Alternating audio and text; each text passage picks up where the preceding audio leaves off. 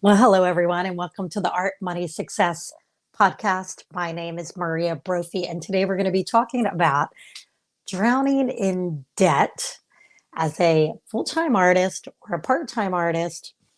This is in response to one of the artists that's in my inner circle, and she sent me an email saying that she's been a full time artist for the last few years. She got a loan to help her grow her art business. But this past year has been really rough for her financially. She's drowning in debt. Her sales have gone down, and she's not sure what to do next. This podcast is going to give a few tips on things what not to do and things that you should do. And the very last one that I give is the best, so stay for the last one. First, I'm going to talk about the things that you shouldn't be doing right now. We are entering a time where the economy is getting a little wonky. Now, for those of you who are old enough to remember 2008, if you were in business back then, oh my gosh,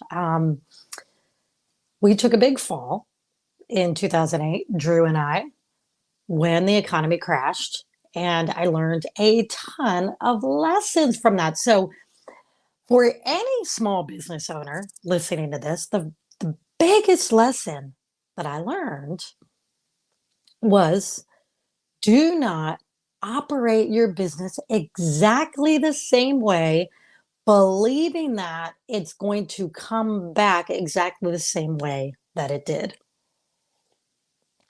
because it won't.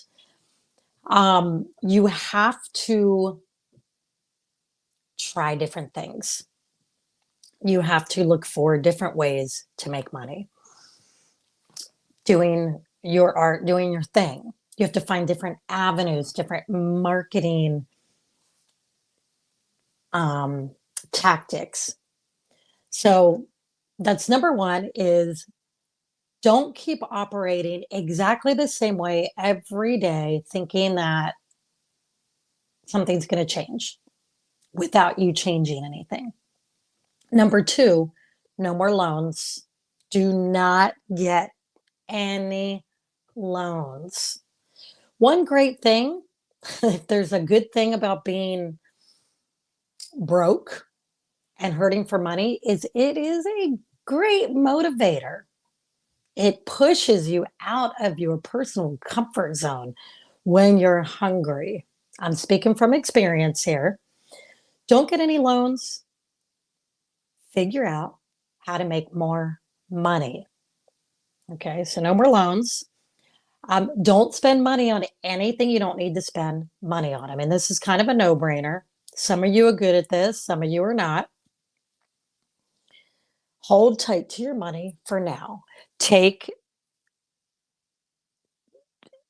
the investment test. When you think about spending money, ask yourself, is this going to be an investment or is this going to be an expense? All right. And the last don't that I'm going to tell you is don't do any artwork for free or cheap, because this is a trap that keeps artists broke. And I've written about this in my book, Art, Money, Success, in great detail about what you can do when a client asks you to do something for free or cheap, how you can turn it around and get them to pay you for it. Check it out. It's on Amazon. It's called Art, Money, Success. And maybe I'll do a podcast deep dive into that one day. All right, now on to the things that you can do when you are having a tough time economically. The first thing, and I mentioned this earlier, try new ways of reaching new customers and try ways that cost very little. So I'm going to give you an example. You do live in-person events. I have found that the best way to get new customers, new sales, or sales from people who have bought you bought from you before, is to do things live in the flesh. Show up to events, show up to your local business meetings, do art shows,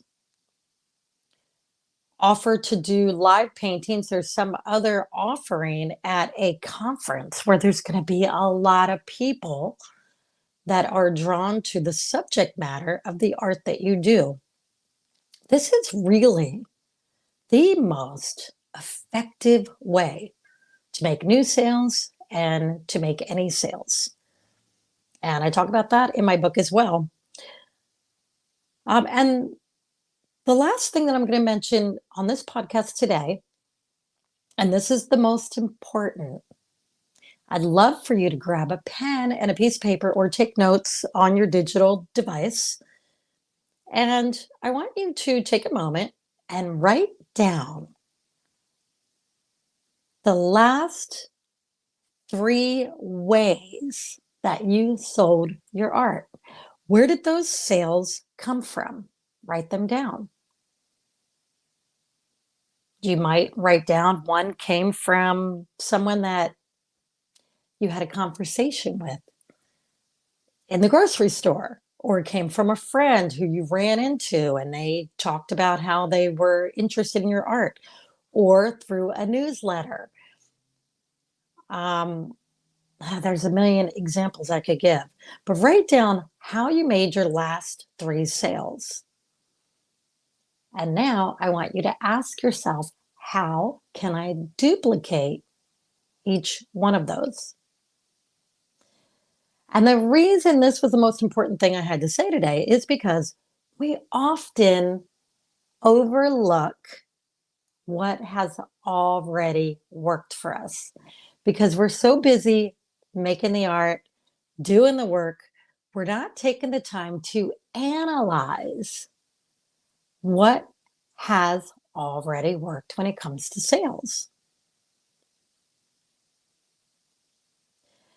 I hope this was helpful for someone out there. Don't let yourself get dragged down by the economy. I'm very optimistic, and at the same time, I am putting money away. I'm planning ahead just in case. I'm getting as much out of the Christmas sales season as I possibly can because I know that January and February are the absolute slowest sales months for us.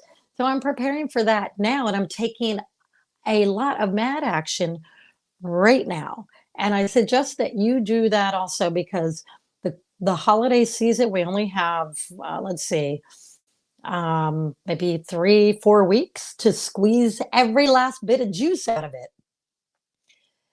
I'd also like to invite you to hit subscribe or leave me a review for this podcast.